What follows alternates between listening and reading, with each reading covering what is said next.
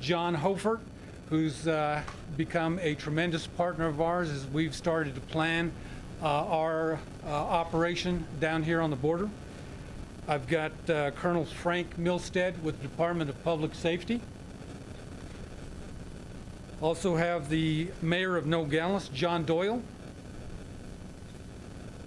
Representative from the Santa Cruz County Sheriff's Office, Raul Rodriguez, with us. But more importantly today, I wanted to thank the men and women in uniform who go out on a daily basis and protect this country. I have some opening statements before I actually turn it over to the governor. I think it's important for everybody here to understand today that border security is a national security issue. And I think the president has demonstrated his commitment to using every available tool and resource is to help us down here on the border. U.S. Customs and Border Protection has had a long relationship with the Guard in different areas, but specifically here in Arizona, we've had a long and lasting relationship.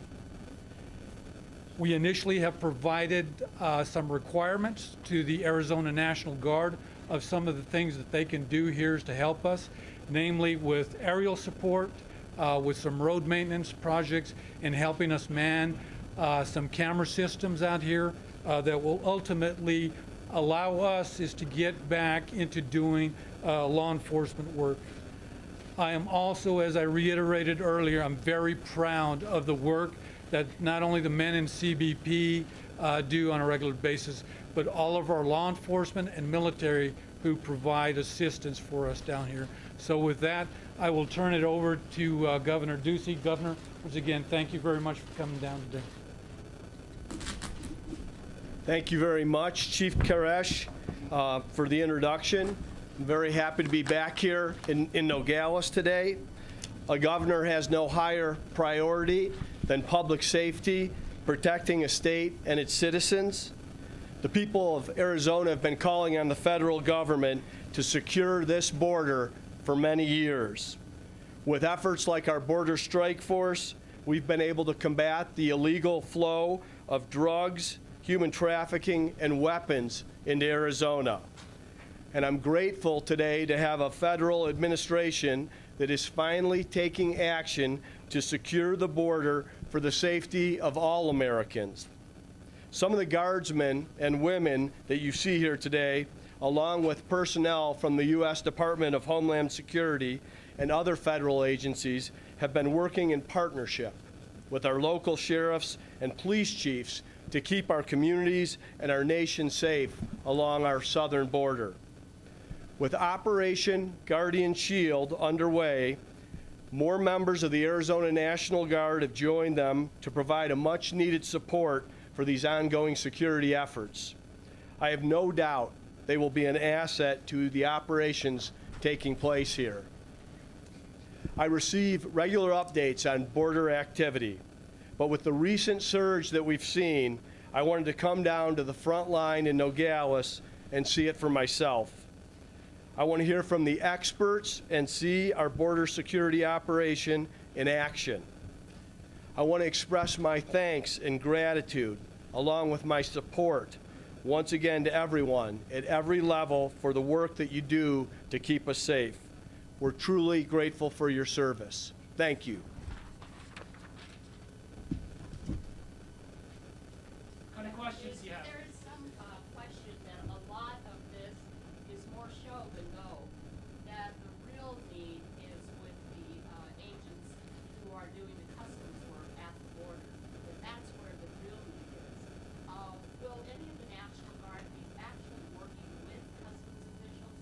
This should not be a surprise to anyone. This has been an issue in Arizona for the past decade.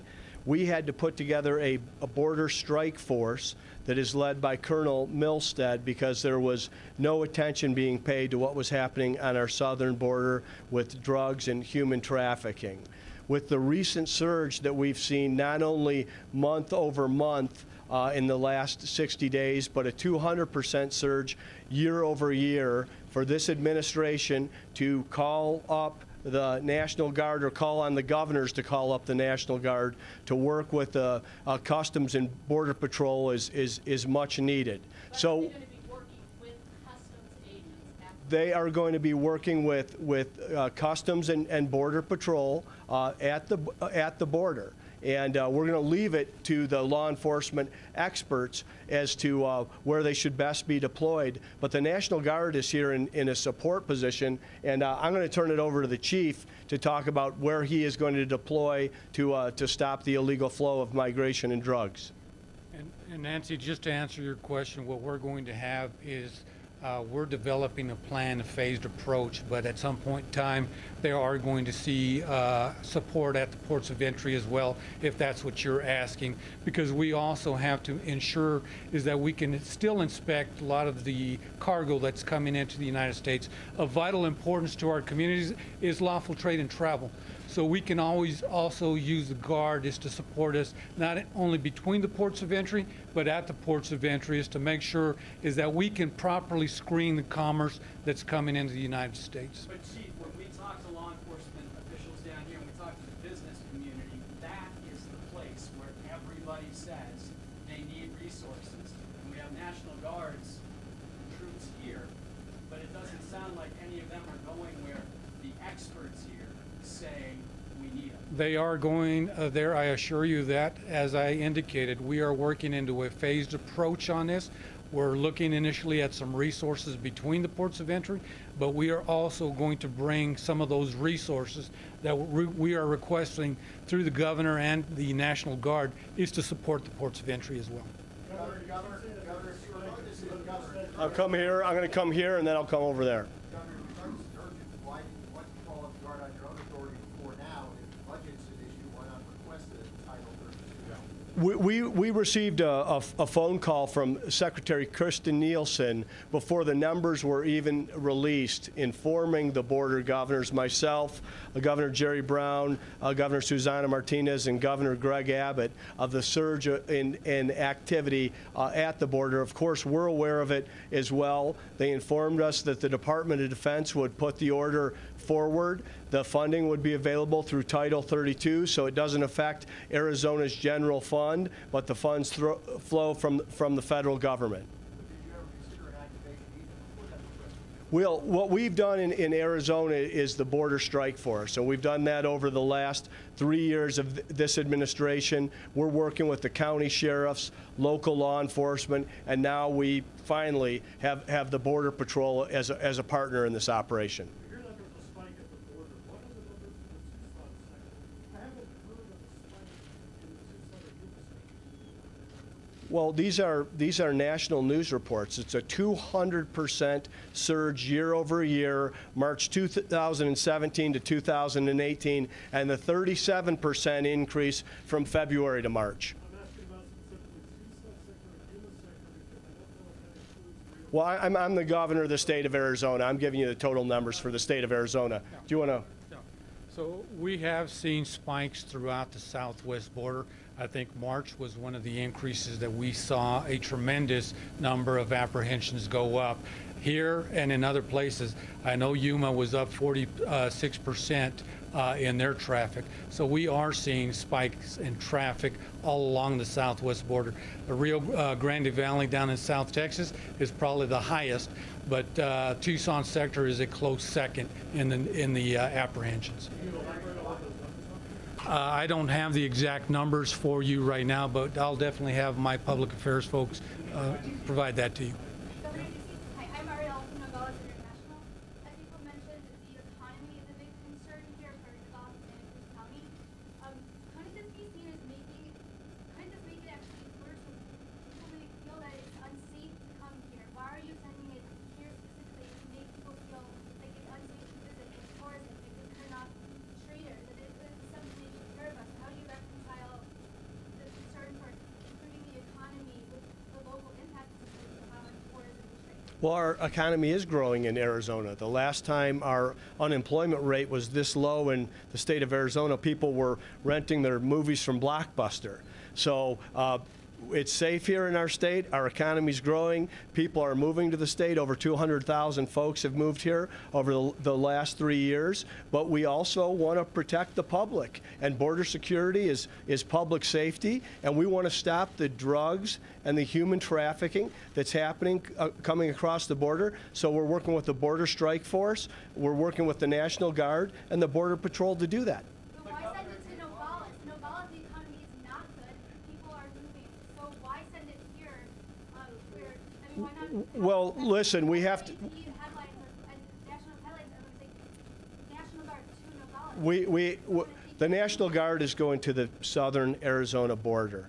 A governor has to balance the responsibility of growing economy with public safety, and public safety is going to come first. But Governor, are you worried about the optics that you believe that the situation is so dire that you're mobilizing the military? I think every Arizonan and every American realizes what has been happening on our southern border. We're just focused on border security here. So the optics of it are you have a government, both a federal government in Washington, D.C., and a state government that's working together and acting to partner and to protect its citizens. Governor, coming out of Sonora, word is that the business and the government community there are not very happy with you right now. They feel like they've been kind of taken by surprise.